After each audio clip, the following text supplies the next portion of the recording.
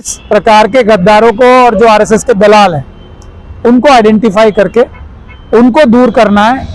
अगर कोई सरकार ईमानदारी से काम करना चाहेगी तो दिल्ली के सारे हक उसे दिलवा सकती है। आज के स्ट्रक्चर में भी कि मैं एक आम आदमी हूँ, मैं एक वैगन में चलूँगा, शपथ पत्र तक लिख के देता है कि मैं आम आदमी की तरह छोटे घर में रहूँगा, सिक्योरिटी नहीं लूँगा, और वो फिर इतने बड़े महल को बनाता है, करोड़ों रुपए खर्च करता है। उनके एक बड़े सांसद पंजाब से हैं जो कोर्ट में जाके इस बात की लड़ाई कर रहे हैं कि मेरा बड़ा घर नहीं छीना जाना। जज्बा कोई नहीं है। हमसे पहले बहुत लोगों ने ये आवाज़ उठाई है, आज भी बहुत लोग उठा रहे हैं, लेकिन हम बाबा साहब डॉक्टर भीमराव अम्बेडकर के संविधान से इंस्पायर होके, जो हर एक नागरिक का एक फर्ज है कि संविधान को समझे और संविधान को प्रयोग करके अपने जीवन को अच्छा बनाए, अपने देश को अच्छा बनाए, अपने समाज को अच्छा बनाए। इंसाफ और बराबरी जिसका संदेश दुनिया के सभी बड़े बड़े धर्मों ने दिया है, और सभी जो भी अच्छी सोच रखने वाले, सोशल मैसेज देने वाले हमारे महापुरुष गुजरे हैं, सबने ही इंसाफ और बराबरी का संदेश दिया है। तो इसीलिए हम उसी इंसाफ और बराबरी के संदेश पे हम अपना काम कर रहे हैं। और संविधान जो है हमारा एक ऐसी चीज़ है जो सभी धर्म के मानने वालों को, सभी गरीब, ऊंचा नीचा, सबको ख़त्म करता है, सबको बराबर करता है, सबको बराबर के अधिकार दिलाता है, चोरों को जेल भिजवाता है और ईमानदार लोगों को इज्जत दिलवाता है। तो इसलिए हम बाबा साहब डॉक्टर भीमराव अम्बेडकर के संविधान पे चल के उस पर काम कर रहे हैं। कुछ समय पहले मस्जिद के डेमोलिशन पे यहाँ पर अधिकारी थे, पुलिस की जो कि डेमोलिशन के लिए आई थी, आपकी वीडियो काफी वायरल हुई थी, तो क्या उसके आपको किस तरह का आपको उसमें वो मिला सरकार से? नहीं, ये देखिए, हमारे जो SC ST OBC और माइनॉरिटी के जितने भी लोग हैं ना, उनके अंदर जो छुपे हुए गद्दार हैं वो सबसे ज्यादा नुकसान कर रहे हैं। वरना ना कोई बुद्ध विहार तोड़ा जाएगा, ना कोई वाल्मीकि मंदिर तोड़ा जाएगा, ना कोई गुरुद्वारा तोड़ा जाएगा, ना चर्च तोड़ी जाएगी, ना मस्जिद, ना कब्रिस्तान, ना कोई मज़ार। लेकिन जो अपने अंदर के भीतर घात लोग कर रहे हैं उनकी वजह से ये हो रहा है। अगर आप देखेंगे तो शेड्यूल कास्ट कम्युनिटी में ही कुछ ऐसे लोग हैं जो खुद उनके लोगों का नुकसान कर रहे हैं। उसी तरीके से मुस्लिम समाज में भी बहुत सारे ऐसे लोग हैं जो खुद मुस्लिम समाज का नुकसान कर रहे हैं। हमें इस प्रकार के गद्दारों को और जो आरएसएस के दलाल हैं उनको आइडेंटिफाई करके उनको दूर करना है। उनको अगर हम समाज के महत्वपूर्ण पदों से हटा लेंगे तो मैं समझता हूँ हमें संविधान के हिसाब से आगे चलने में बहुत आसानी हो जाएगी। सर, आप एक लॉयर भी हैं और पॉलिटिक्स में भी अच्छे जानकार हैं, तो मेरा आपसे एक सवाल है कि दिल्ली सरकार और भ्रष्टाचार को लेकर के आप दिल्ली सरकार से कहाँ तक सहमत हैं? देखिए, एक बात तो है कि इस बात से मैं कांग्रेस पार्टी के जो बहुत सारे लोग कह रहे हैं कि दिल्ली को पूर्ण राज्य का दर्जा नहीं मिलना चाहिए और दिल्ली के पास अधिकार नहीं है, जबकि सुप्रीम कोर्ट की जजमेंट भी उसमें आ चुकी है, तो मैं उनसे इत्तेफाक नहीं रखता। लॉ एंड ऑर्डर और लैंड को छोड़ के ये सुप्रीम कोर्ट ने जजमेंट दी है, तो अगर कोई पार्टी इसके विरोध में बात करती है तो वो गलत बात है। वो सिर्फ आज की राजनीति से प्रेरित होकर कर रही है बात। पहले जब कांग्रेस की सरकार थी तो मैं शीला दीक्षित साहिबा का लीगल एडवाइजर था, तो हमने खुद फुल स्टेटहुड के लिए सेमिनार्स और कैंपेन चलाया था। तो ये अब कांग्रेस पार्टी का विरोध गलत है। लेकिन दूसरी बात जहां तक है कि ये बात सही है, ये बात सही है, मैं उस पर आ रहा हूँ। ये बात सही है कि जो पावर्स दिल्ली के पास है वो काफी हैं।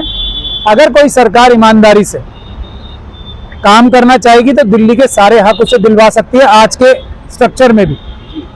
लेकिन जहां तक भ्रष्टाचार का सवाल है, जो भी व्यक्ति धोखाधड़ी करता है वो भ्रष्टाचारी हो गए।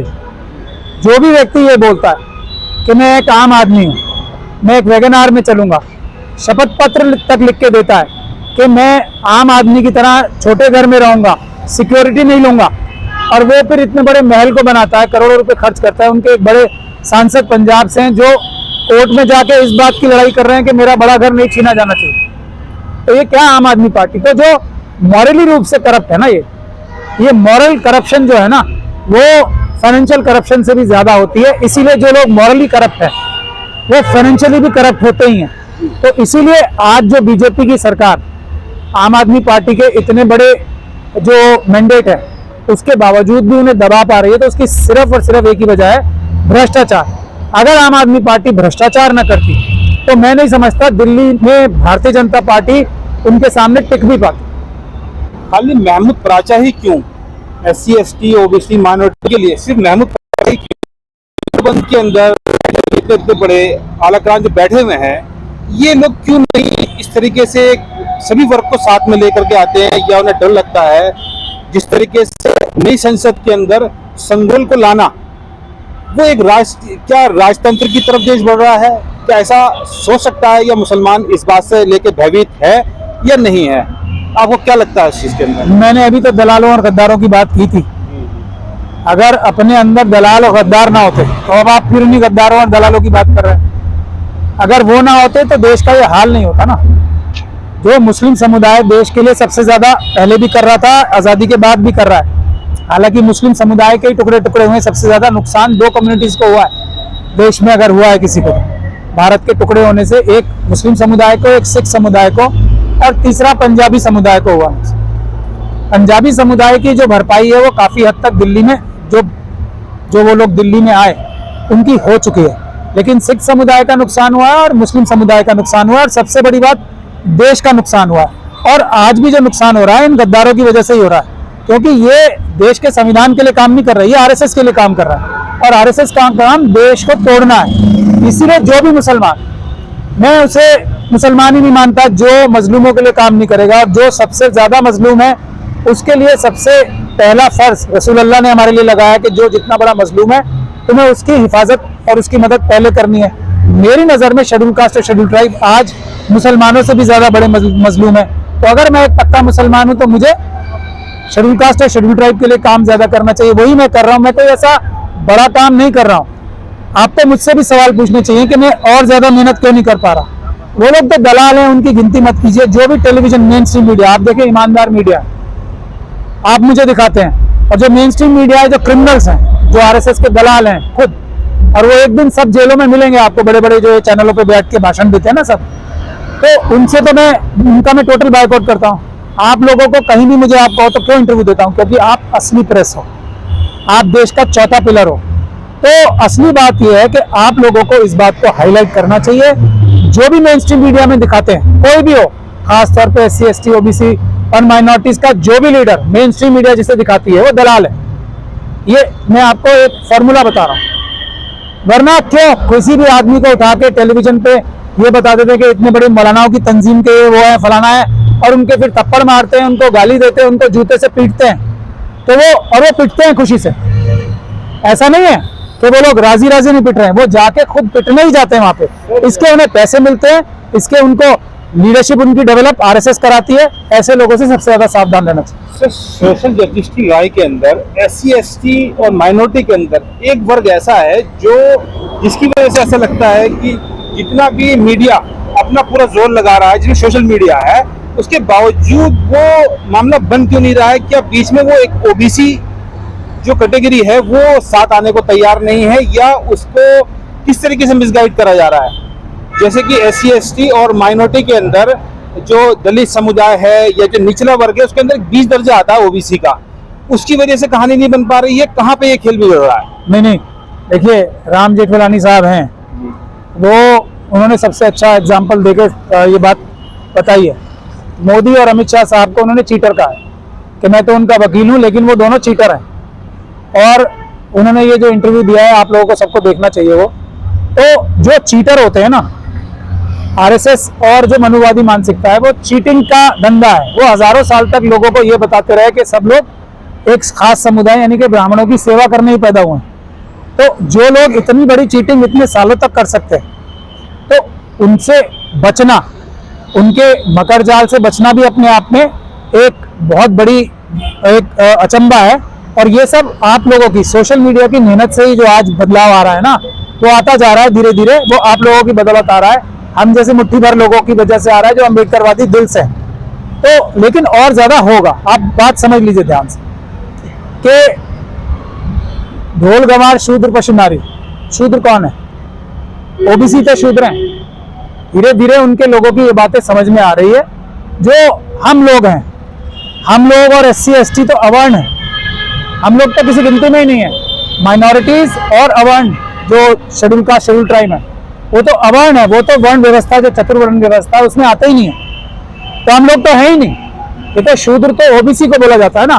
तो जैसे जैसे उनकी बात ये समझ में आ रही है वैसे वैसे वो इकट्ठे होकर इस तरफ आ रहे हैं और 90% लोग एक तरफ हो रहे हैं। लगभग लोग तकरीबन दिल्ली के अंदर जो है, दिल्ली जो राज्य है उसके अंदर लगभग सीनियर वकील में भानु प्रताप और आपको सुनने वाले लाखों की तादाद में लोग हैं। लेकिन मैं इतना जरूर कहना चाहूँगा कि जो हमारी जो सोशल जस्टिस की लड़ाई है वो तालीम और इल्म के मामले में, क्या इसको आप किस तरीके से कंपैरिजन करते हैं? तालीम को ही लोगों ने मुकम्मल समझ लिया है।